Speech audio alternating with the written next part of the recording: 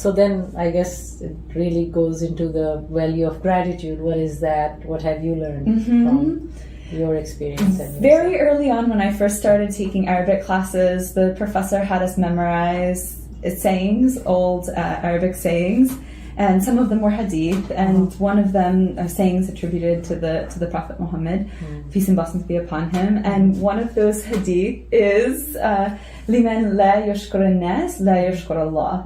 So whoever does not thank the people does not thank God, meaning that you see people, they bring blessings into your life. Yes. So if you have a disposition of gratitude towards people, this is reflective of an inner disposition of gratitude.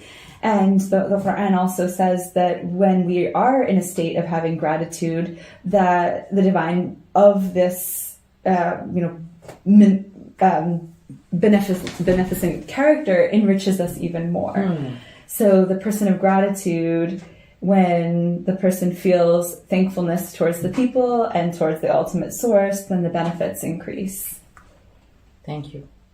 So, in shakartum lazidannakum is the Arabic. So if you are thankful, we mean being the divine voice. Shukr. Yes.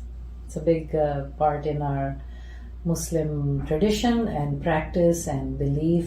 It's without that, I guess I feel that that grounds you in multiple ways. Completely. So. And many other traditions have that a similar emphasis on gratitude. Right. I think of some of my Buddhist monk colleagues who have gratitude meditations that they do several times a day, and the main concept is that.